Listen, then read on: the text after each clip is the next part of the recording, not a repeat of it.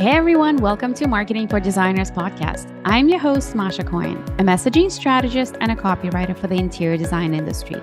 I've been marketing for what feels like forever in my past career at some of the biggest global firms like KPMG and Deloitte. Today, I write website copy for designers using my signature voice of customer framework. If you're a designer looking to up your marketing game and attract premium clients, this podcast is for you. Each week on the show, we're going to be talking all things marketing, from branding to messaging to social media, SEO, and so much more, so you can have all the tools you need to grow your business and attract your dream clients. Welcome to Marketing for Designers podcast, where we geek out on all things marketing, and I get to do my favorite thing, talk to really, really smart experts about different aspects of marketing that works. Speaking of really, really smart experts, I have a returning guest to the show. In fact, she was my very first guest on the show, episode number 1. I bring you Robyn White. Well, let me tell you a little bit about her, but if you have a chance, I highly recommend going back to episode number 1 to check it out. We talked about using your website to attract premium clients. So back to Robyn. Robyn White is the founder and owner of RDW Design Studio, a strategy-first design studio with a distinctive eye for sophistication in design, in website design. Interior designers and other home industry professionals hire Robyn to help them transform how visitors engage with their website and step into their next level of success.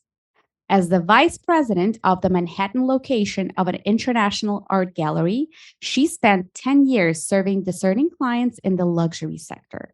Today, as a website designer, SEO specialist, and luxury industry expert, Robyn's focus is to help her clients connect, cultivate, and convert their dream clients through a carefully considered website experience.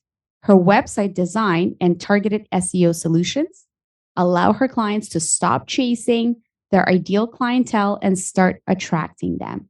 Her goal is to elevate her client's website and take them from where they are today to where they want to be.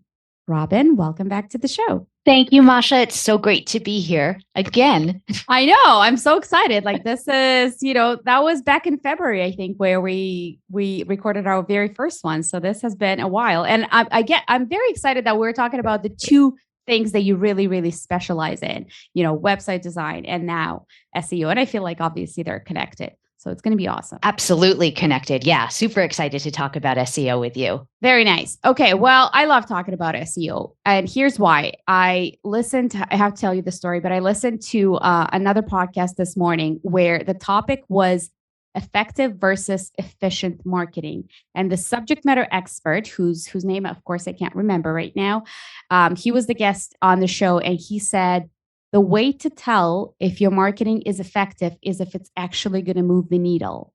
Like if it's actually give you the result that you want. Otherwise, it's just fluff. Like we could be doing all kinds of marketing tactics and trying different things, but if it's not bringing in leads, if your phone is not ringing, if you're not getting any email inquiries from the right people, then what's the point? And I feel like SEO is one of those things that where it can actually bring you the results when done right. Like it is a little technical and you got to have a little bit of skill to set it up or hire somebody like you to do it.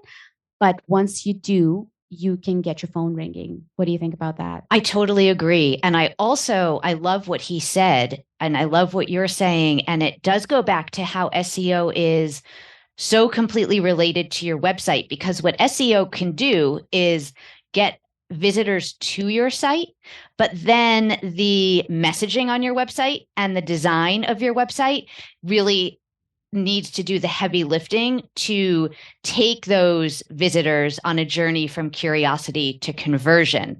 So this is why when a lot of people come to me and talk about doing SEO, I look at their websites and I'm like, sometimes we really need to work on a redesign of your website so it's actually going to convert clients because there's no point in investing in getting the eyeballs there when your website's not ready to do the heavy lifting. I absolutely agree with that. And that's why both of us actually do audits. I do the copy audits, you do website audits, and now you also do SEO audits. And it's so interesting that anytime we are getting an audit client, we're looking at all things. You can't just look in a silo, like just at SEO, because like you said, like if the messaging doesn't work, if it's not resonating, if it doesn't have the right keywords, if it's not doing all the things that it's supposed to do, then why would you invest thousands of dollars into one area if it's another one is not working? So all three elements are so interconnected. So interconnected. Yes. The whole ecosystem is connected. Yes. It is. I mean, it's good news. You know, you want to make sure you don't want to just invest in one area or pay attention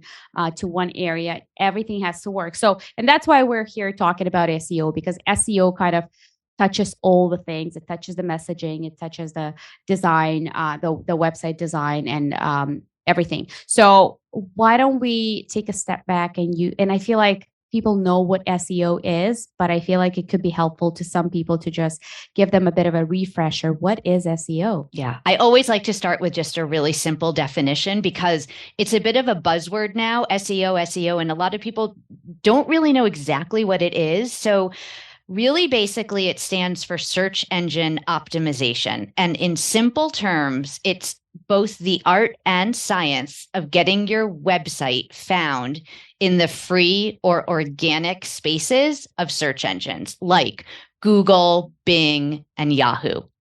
The goals of SEO are to increase sales, generate leads, and improve people's awareness of your brand. And to understand SEO, it's really important first to understand how search engines work. And they use a computer program called web crawlers or spiders or bots. You might have heard of them in any of those ways. They go out and they crawl the internet. And when they find a new page, they add it to an index. And you can think of this index that these search engines have as being similar to like an old-fashioned Rolodex or a card catalog in a library. And when someone types a word or a phrase into a search bar in Google, for example, what the search engines do is they use an algorithm. That's a computer program proprietary to them, comprised of lots of different thousands of ranking factors to decide which pages on different websites to pull from this index that they have and display in the search results. So the important thing to realize is what's being pulled is an actual web page, not a website. It's an individual page on your website. And what we need to remember is the goal of search engines, because they're all businesses themselves. They want people coming back to use them again. So their ultimate goal is to deliver the best pages that are going to contain the best possible information based on that search query, right? Mm-hmm. So that's something really important to keep in mind. That's why content and high quality content is so important, because these search engines are trying to deliver the best results possible to the user. Mm-hmm. And I just want to say SEO is one way to market your business. It's not the only way to market your business. And I do feel like lately it's been such an important thing and everybody's thinking about it because things are getting more and more competitive. It's not necessarily the best solution for everybody. And I know that might be a really strange thing for someone like me to actually say, but I think honesty is really important. And there's so many other marketing channels depending on your business and what your services are and who you serve, who your target audience is. SEO may be great and it may not be great. So you want to think about all of that before you go and invest heavily in it. That being said, I think it is phenomenal for local businesses, which most interior designers are. I was just about to ask, because I like that you said that it's not the best solution for everyone.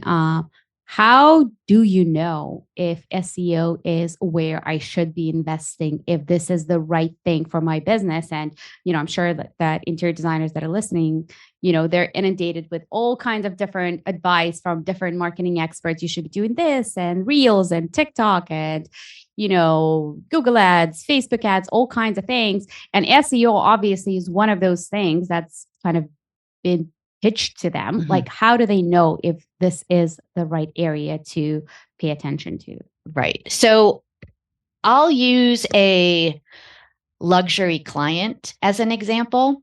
So in most instances for interior designers, for SEO, for them to come up in a search query, the majority of searchers are typing in interior designer near me or Chicago interior designer, Boston interior designer, right?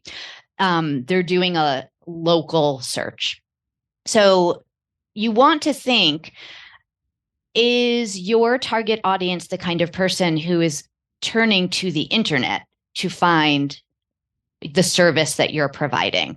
I'm going to venture to guess for a very high-end client, probably not.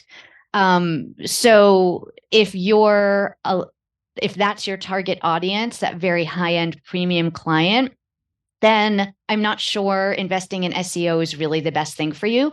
That being said, they're probably not on social media looking for you either, right? They're turning to friends. They're turning to people they trust for recommendations. Exactly. So that's just one example of where maybe it's not the best use of your marketing dollars. Maybe you are better off getting involved in joining your local country club, starting to golf, sitting on boards, right? So in person, like going where your ideal clients are, basically. Yes. For that, type of client, that in-person high touch is going to be a much more effective marketing plan for you than focusing just on digital marketing. If you are not going after that audience, then I think SEO can be highly effective because a lot of people do turn to Google for that initial search. And the really nice thing about somebody typing in service plus location, interior designer near me or Boston interior designer, is they're at the point where they're looking for what you provide in your area. They just don't know who they want to hire yet. So that's a fantastic person to get eyeballs on your website. So that means they are problem aware, yeah, but not and maybe even solution aware, but not necessarily, what kind of experts aware. Like they're not you aware. Yes, exactly. They know they want to hire someone. They're looking for it. They just don't know who yet. Okay, well, that's great. So, that's a great segue into what we're going to be talking about next. So, what happens when people type that, the key phrase or whatever they're typing, like an interior designer near me or interior designer like Chicago, plus a location? What happens when people, your ideal clients, search for something on Google? What do they see? Like, walk me through what they see from the perspective of your ideal audience, and how important is like what they see in terms of the order, the way they see it on. Yep, that's what happens? Great question, Masha. So when you do a search on Google, let's say interior designer near me, which is what a lot of people will search, lots of different items will appear for you to look at. And it can be a little different. The order can be different depending on your location and the exact search term that you're using. Generally, the first thing you're going to see are the paid ads, the sponsored posts. So you've probably noticed that recently Google is showing more paid ads, and it usually says sponsored right above them. I think they used to limit it to 3, and there's significantly more there within the last few months. So that's taking up a lot of space at the very top of the page. And this is when you pay for Google ads. That's what's showing up there. Okay, so that's it usually takes up like the whole the half of the first page, from what I understand. Exactly, exactly. So the good thing about Google Ads, not something that's in part of my area of expertise, but generally speaking, when you do invest in Google Ads, you're going to get eyes on your website immediately from them. Okay. But can I ask you something? Like, I typically, when I do search for something, and it's typically is a local service, like if I'm at a cottage and plumbing goes in something, I would typically do that. I would Google. I don't know why, but I avoid paid ads. I do too. Clicking on the paid ads. Like, I'm like, okay, let me just scroll past all of that and get to the real stuff. Yes. I don't know why I do that, but I do. No. I mean, depending on how emergency of a situation it is. I'm with you, Masha. I don't click on them, but people have high levels of success with them. And again, I think it depends on your local market and again, who your target audience is. But they're always going to come up first. Something to think about. I feel like it's because it's paid. It's not really the chosen service. So it all depends, right? It all depends on the context. If I'm facing an emergency and not an interior design emergency, I would be probably, looking for something a little lower.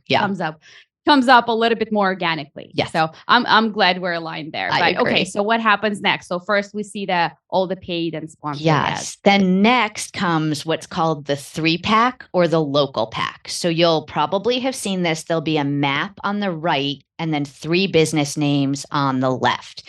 And this is pulled directly from your Google business profile, which is why optimizing that is so very important for local SEO. And I know we're going to talk about that in more detail a bit later on.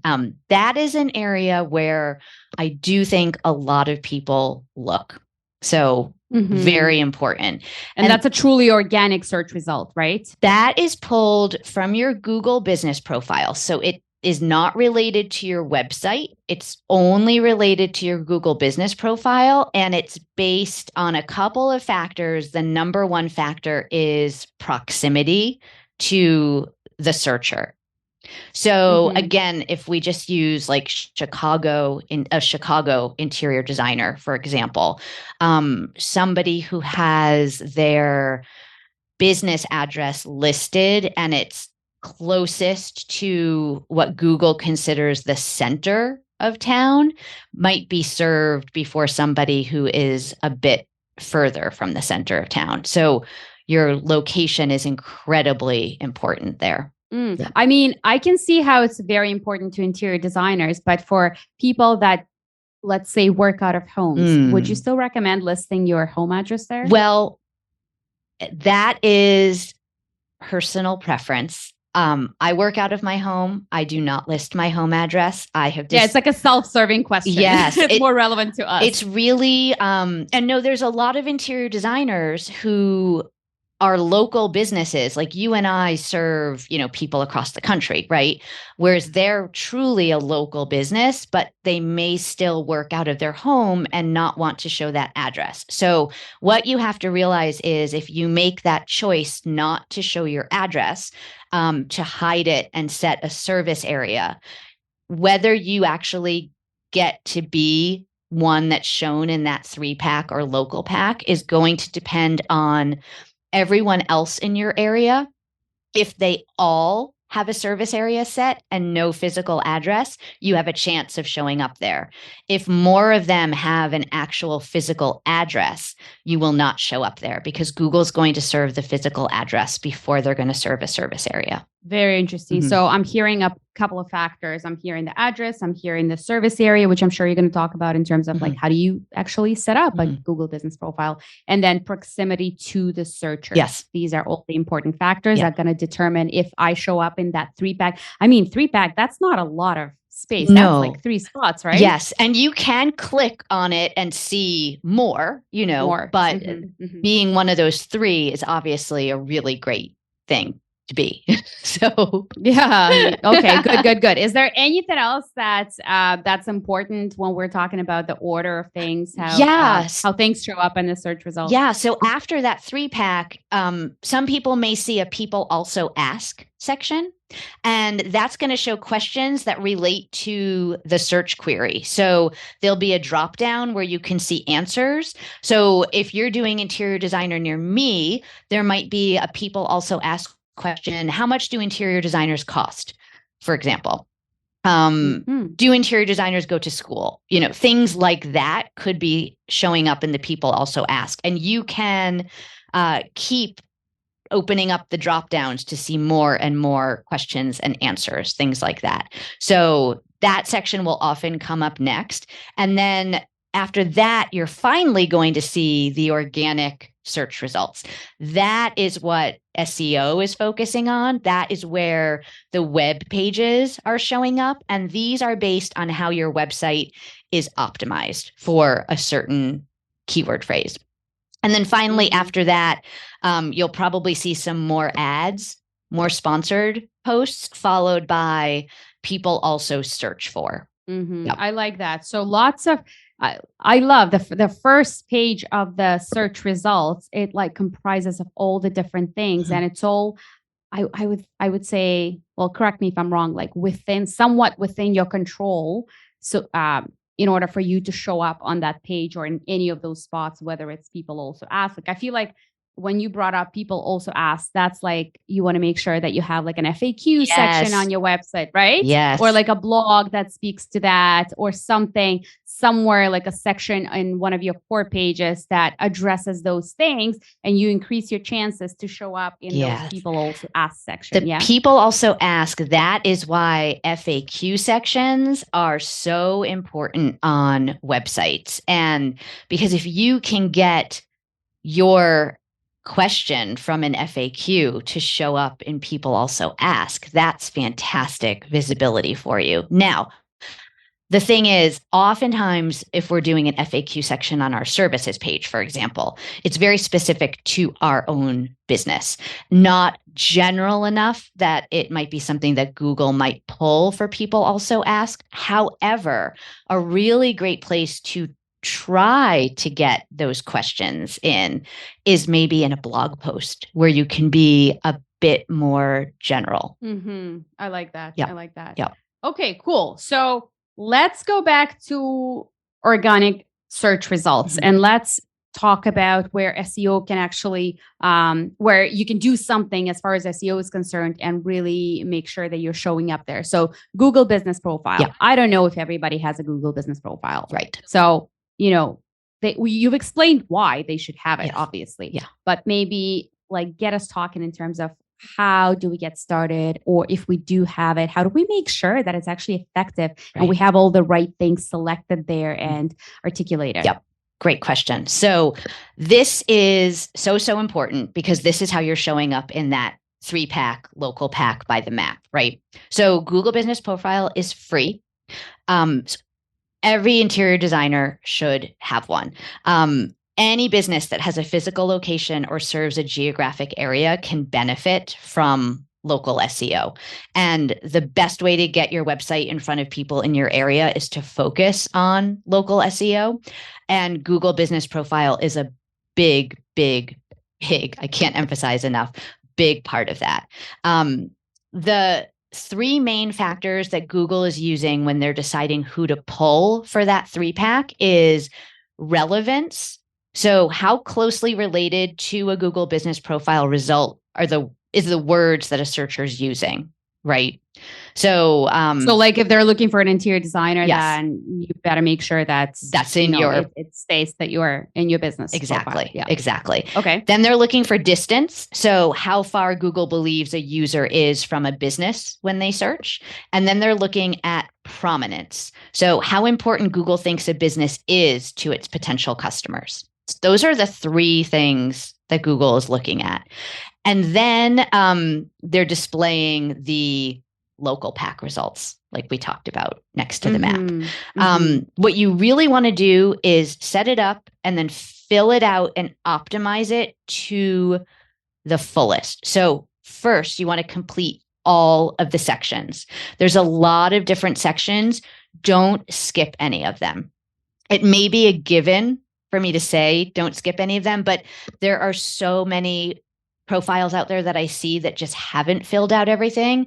So ideally, you want to have your name, your business name, ideally your address if you can, but we already talked about that's really your personal choice and what you feel comfortable with if you work out of your home, your phone number, your website.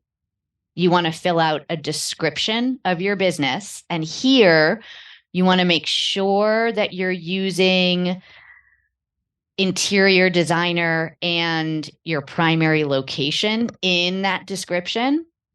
That shows relevance. You want to pick a category, and interior design should be a category.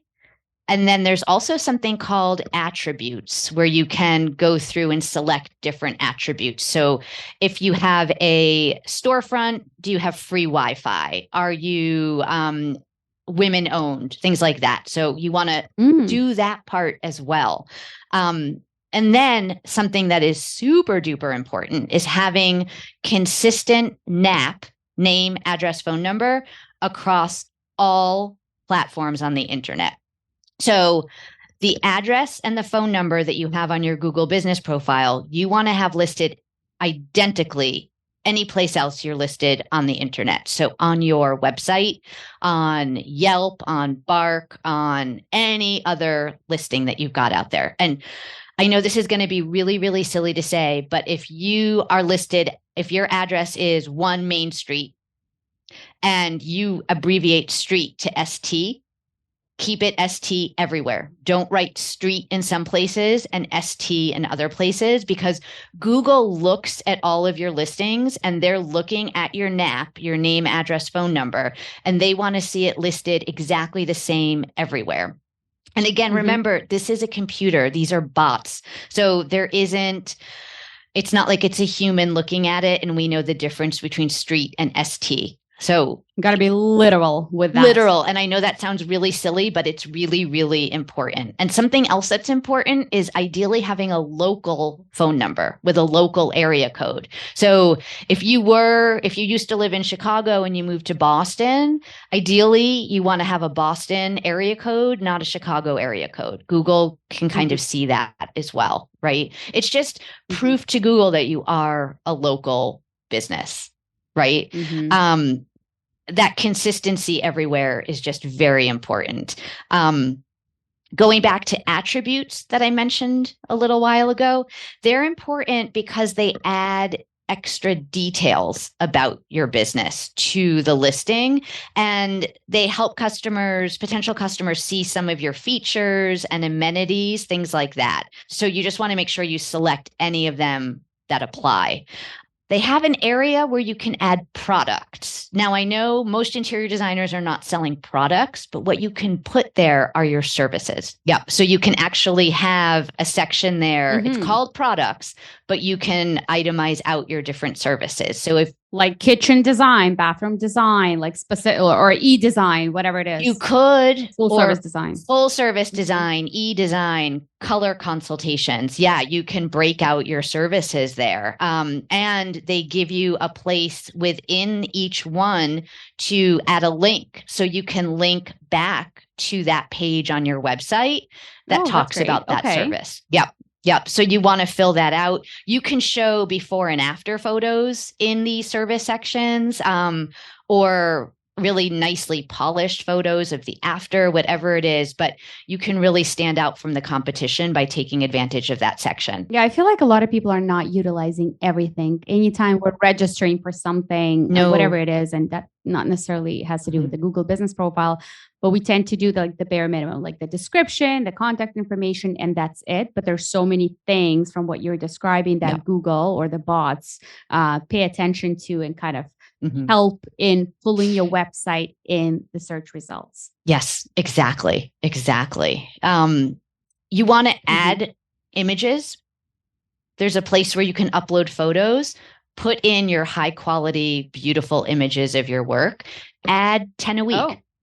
Google wants to see that you're active. They want to know that this business is still in business and it wasn't like you opened up 5 years ago and now you're closed and you never closed your account, right? Because again, they don't want to put someone in the 3-pack who's not in business anymore. So adding photos is a really good way to show that you're still in business. And something that you can do with these photos is to geotag them. So this adds a location to your photos and tells Google that these photos were taken at the same place as your business. Some photo apps will allow you to do this in the app, and sometimes you can manually add geotags to your photos, but that can be a really helpful thing to do on your business profile. Super important is getting reviews. It's one of the most important things you can do there, and replying to them. So when you get a new review, whether it's a positive one or a negative one, you should be responding to it. And if it's a positive review, thank them, welcome them back anytime. Do you know what I mean? Like, if it's negative, you can try to make things right in your response, because people read those. Google puts a lot of weight on those reviews. So I recommend to all of my clients, when you finish up a project, send them a link. You can get a link directly to where someone can leave you a Google Business Profile review, and have them do that. And then you can take that and add it to your website or use it in a social media post or something, but get it on your Google Business Profile. It's the most important place to put it. Not house, Google Business Profile. Yeah, that's honestly one of my biggest struggles. And that's something that I always pay attention to. So at the end of my own projects, like website copywriting projects, I sent a feedback survey to my clients. And within that feedback survey, one of the last questions is a direct link to the Google review. So I almost care a bit less about them filling out the rest of the form, but actually going back to Google. And I'm always struggling with that. I'm like, sometimes I just want a testimonial, and I'm like, hey, just send it to me over email. But obviously it is so much more important when they actually take the time, log into their, Google Business Profile, and actually from the desktop, not from the phone. I think I've spoken to Google a couple of years ago, because there was a problem with some of the testimonials were not showing up because the service providers were leaving it off their phone. And one of the Google reps said that, well, yeah, there's this thing where it's recommended to do it off the desktop and not your phone. Yes. There was a period where a lot of reviews weren't showing up, which is just crazy, because most people do it off their phone. I don't know if that's still the case. I need to probably check that, because anytime I do ask for a review, I always put a little note. I'm like, can you please do it off your desktop? Because sometimes there's a glitch and your review may not show up if you've done it over your phone. That is interesting. I've had quite a few not show up. Again, you can always reach out to support, but it's sometimes hard to get in touch with them and hard to get an answer. And I used to be like you, where I would ask clients to email me the testimonial to use on my website, and I would read it through. And if it was a really lovely one, I would respond and thank them and say, if you'd be willing, could you just copy and paste this onto Google Business Profile? And I'd give them a link.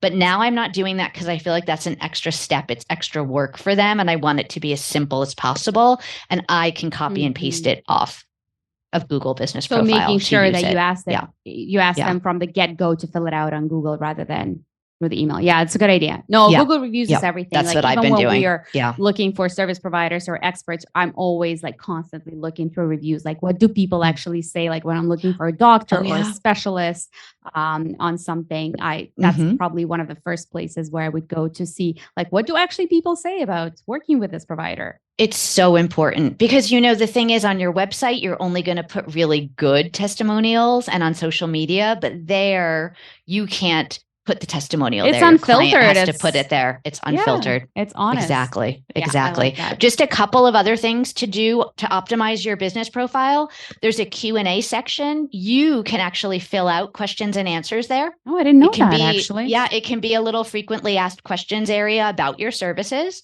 And there is a place where you can actually create updates. And this can be like your social media posts. So what I do is, when I post on Instagram, I take 5 seconds and I put that post on my Google Business Profile as well. And you can have a couple photos if you want. You can have a caption. So it's not any extra work for me, except the time it takes to add it, because I've already written it and designed it for my social media. But that again shows Google that you are in business and you're active, you're paying attention to Google. Google likes that, right? That's so interesting. Well, I highly recommend that you do that. It clearly shows me that I am not utilizing probably 50% of what I could do on Google Business Profile. And I thought I was pretty good at that. Well, we can all learn something. Yeah. Yeah, for sure. Okay, that's cool. But that is really a place that interior designers, being mostly local business, really want to spend some time optimizing and keeping on top of. Love that. Okay. So it's a free tool. It's a free platform and it's so powerful and it helps you rank because Google, when we think about SEO, we tend to think, well, yeah, there's probably like the techie stuff on the back end of the website. But as you're showing it to us, there's so much more to that within your control and you don't have to be techie. If you do have a Google Business Profile, just fill out in all the spots that they're providing you opportunities to show up in search results. And you can affect the way you show up and how, in the, I guess, the ranking spot that you can show up in. Exactly. Yeah. We decided we weren't going to touch on the techie stuff today. We wanted to keep this really simple, but Google Business Profile is one part of off-site SEO. So it is one of the important components. Off-site SEO includes some other things too that we won't go into today, but that's one part of the whole SEO pie that's an important piece. Yeah. Okay, great. And then, so that was Google Business Profile, but while we're not focusing on the back end of things and not to overwhelm interior designers that are listening, because you can record a whole different episode on all the other elements of SEO that you could and should be doing. But how can interior designers optimize their website for local search? Like, what are some of the things that they can do to help with, to show up in Google when people are searching for you? Yeah. So aside from all the technical things that you need to be doing on your website, let's talk keywords and content here, because these are things that interior designers can take action on immediately and probably don't need to hire somebody to help them with. So the first page we want to think about is your homepage. That's the most important page of your website. For some reason, this is the page that Google favors. It's always going to index it first. So this is our best opportunity. And what you want to do as an interior designer here is your keyword phrase should be location plus service or service plus location. So interior designer in Boston, Boston interior designer, Boston interior design. Google sees all of those as the same. That's what you want to optimize your homepage for. So it's your primary service and your primary location. Okay. That's number one. And that's a misstep often, because sometimes when we land on somebody's homepage, as you and I both know, when we do our audits, all we see is a beautiful image and not much copy after that, not even a little subhead. Right. So definitely a misstep, and probably one of the easiest and one of the lowest hanging fruit to take care of that on your homepage. And where you want to put that keyword phrase is in a heading at the very top of the page, as close to the top of the page as possible. That's your H1. And then you want to have it in another heading further down on the page, at least one. And then you want it to be in the body text. And the first time it appears in the body text should be ideally in the first 5% of the content on the page, so close to the top of the page. And the number of times it needs to appear is really a ratio.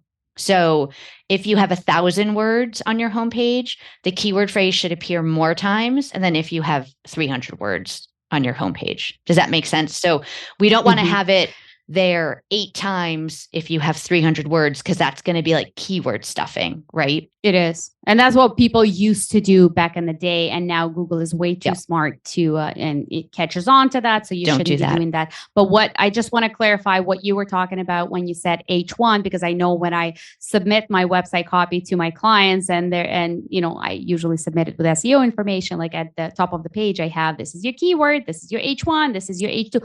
And people are like, what is this? What is this? I'm like, don't worry, your web designer will know what it is. So just give it to them. But for people who are doing their own websites and updating their own websites, all you do is just open up your wherever you build your website, and you will see it on the back end of things. H1 is basically that little tag where this is where your main headline goes. This is where your subheader goes. Tags, these are HTML tags, and they go from H1 to H6, and they are really, they're there for the search engines so that they understand the importance. It adds context to your content for the search engines. And again, this is getting a little technical. You want one H1 per page, only one, and you should always have one, but only one. Then you go down the ladder, H2 through H6. Sometimes you never get to H4 even. It might just be H2 and H3. And for the rest of the headings and subheadings on the rest of the page, one H1 is very important. Well, I'm glad we touched on that. And that's where your keyword phrase should go. Yes. Then, so you've optimized your homepage for your primary location. Now, I'm going to use Boston as an example because that's where I lived for 20 years. So let's say that you're an interior designer in Boston. But let's say aside from servicing Boston, which is your primary service area, so that's on your homepage, you also service 5 different suburbs of Boston.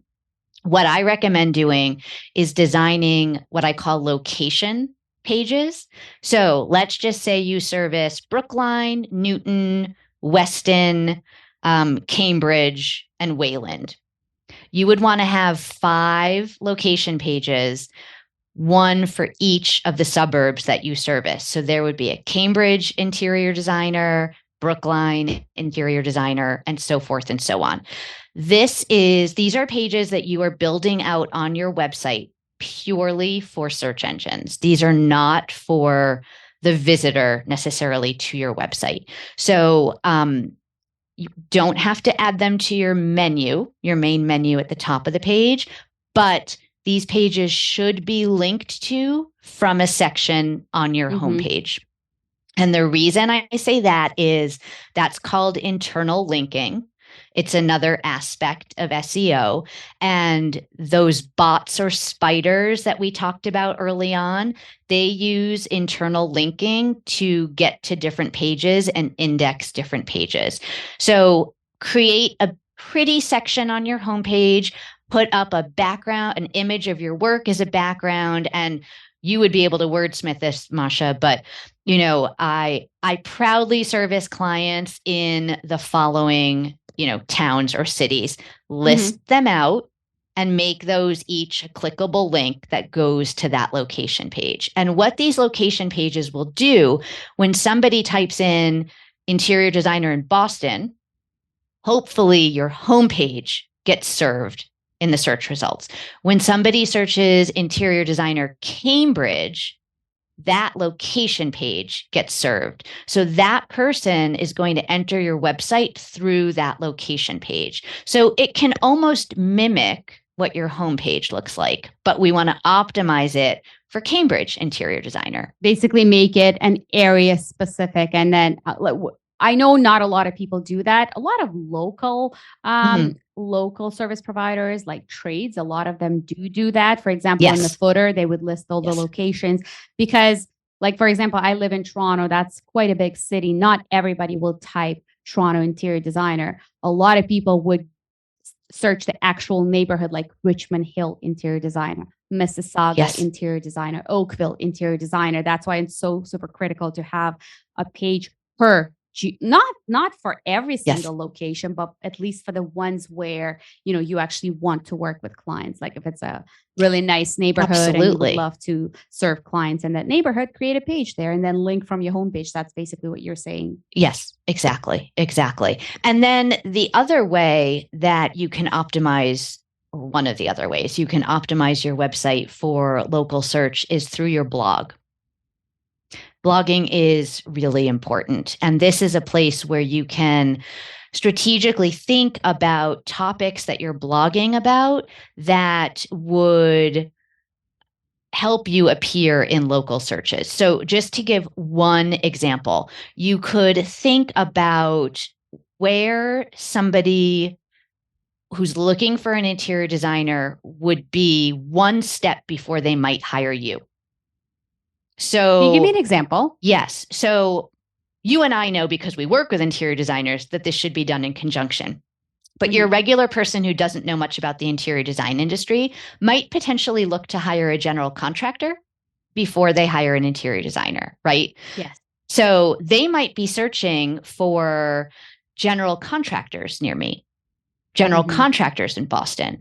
If you do a blog post about the best general contractors in Boston, that could potentially be served when this person looking for a general contractor near you is typing that into Google. Your blog post is going to come up. They're going to click on it, come to your website, see that you're an interior designer, and they might reach out to you because if they're hiring a general contractor, chances are they're going to need an interior designer as well. So that's just one way that your blog can really work and help with local search results. I love it. And I think that's so super important. And that's what separates strategic interior designers, whose marketing is actually strategic, who's got a solid content strategy where you've thought about what is that journey that my client takes to get to me. They're not all of them start out by looking for an interior designer. Many of them start with looking, like you said, for a general contractor. Many of them start by looking for an architect. Yes, architect is another one that you can use. There's a lot of them. And, again, if you have 6 towns that you service, you can write 6 different blog posts, best general contractors in each one of them. Blogging is really important, and having a content strategy around your blog is incredibly important. I have so many interior designers that I know of who blog for the sake of blogging because they've heard it's good for SEO, and there's no strategy behind it. And they're really just spinning their wheels and not gaining any traction. I agree with that. And that's why we see when I do audit interior designer sites, and that's why I see a lot of like 5 shades of white or how to pick the best white color. Yes, it's great content for some, but is it actually doing something for you? Is it actually going to help you to get your ideal clients closer to you, to reaching out, to finding out who you are as a designer and, why you are the solution that they're looking for. So definitely make sure that you've got a blogging strategy and you're not just it's like a hodgepodge of different topics of like regurgitated topics of what everybody else is talking about. And there's enough of those. But like you were saying, like 5 shades of white, like how to pick the perfect white for your living room, for example, that is not going to bring in a lead for you. It's not going to bring in your ideal client. This is geared toward a DIYer. But what it does do, there is a place for those kinds of blog posts because 100%. That shares your expertise in the interior design field, and it sends a signal out to Google that you are an authority, that you know what you're talking about. But if it's all that, you're wasting your time. I think there's a delicate balance in terms of what to blog about and how to blog about. I am of the opinion that, for example, if you want to attract a certain level of a client that's not a DIYer, you should be more focused on showcasing your expertise by kind of explaining why whatever that topic is important, but not necessarily how to do it. Because as soon as you take the angle of how, that's when you start attracting the DIYer who just wants like a step-by-step process in terms of, okay, tell me how to run this renovation on my own. And if you've got content that serves that, then your content is speaking to that kind of client and not the premium client who just wants to know that you know what to do. You don't need a step-by-step guide on how to do something, but you clearly have highlighted your expertise. And, this is somebody that I would be willing to hire. Absolutely, Masha. That's so well put. I love that. So well put. I love that. Well, again, it comes back to who your ideal client is and who you're trying to reach, what you should be blogging about. Which is where we all need to start. And there is a ton of episodes where we talk about, how do you pick an ideal client? And that should be anytime you're hiring a service provider. If that's not what they're starting with, then you got to, reconsider, because this is where, before we create a word of content or before we even start looking at SEO, we need to understand who our ideal client is and, how does your whatever you put out there speaks to that ideal client. Most definitely. Amazing. Yeah. Well, this has been great. Oh my God. I took so many notes, and there's obviously so much that we can do within our control that doesn't require a lot of technical knowledge. So definitely a lot of things, if you want to go back and kind of take notes, that would be great. But Robyn, before I let you go, I would love to ask you, and I know I've asked you that before in the first episode, but what has been a practice or a habit that has been a game changer for you personally, or maybe for your business? Yeah. So I think something that's been incredibly important to me, both personally and professionally, is staying on top of my calendar. Ooh. So for me, I find I can't do a full day of calls. It's exhausting to me. So I have really started a practice of staying on top of my calendar. And as soon as there's about 2 or 3 calls booked in one day, making sure I'm going in and blocking the rest of the day so nobody else can get on that day and I don't start to feel overwhelmed or exhausted by all the extroverted activities that I need to do that day. And that's been a game changer for me, making sure that I'm staying on top of it so that I have time to get my work done and think about growing my business as well. So getting the client work done, working in my business, but also working on my business. And I actually block every single Friday. I don't do client calls that day. That's the day for me to work on my business and think about my marketing strategies and things like that. That's been a game changer.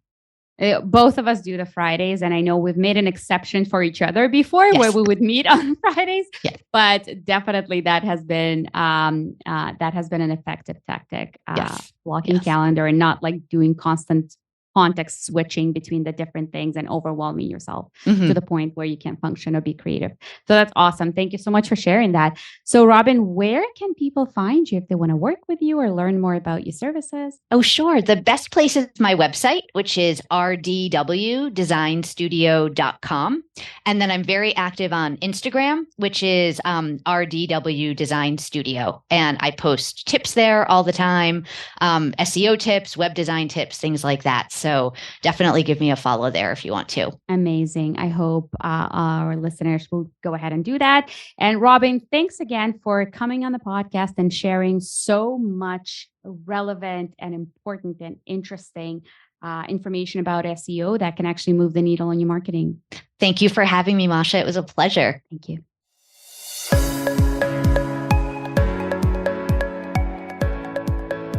Thank you so much for tuning in to another episode of Marketing for Designers. This is Masha Cohen signing off. See you next week.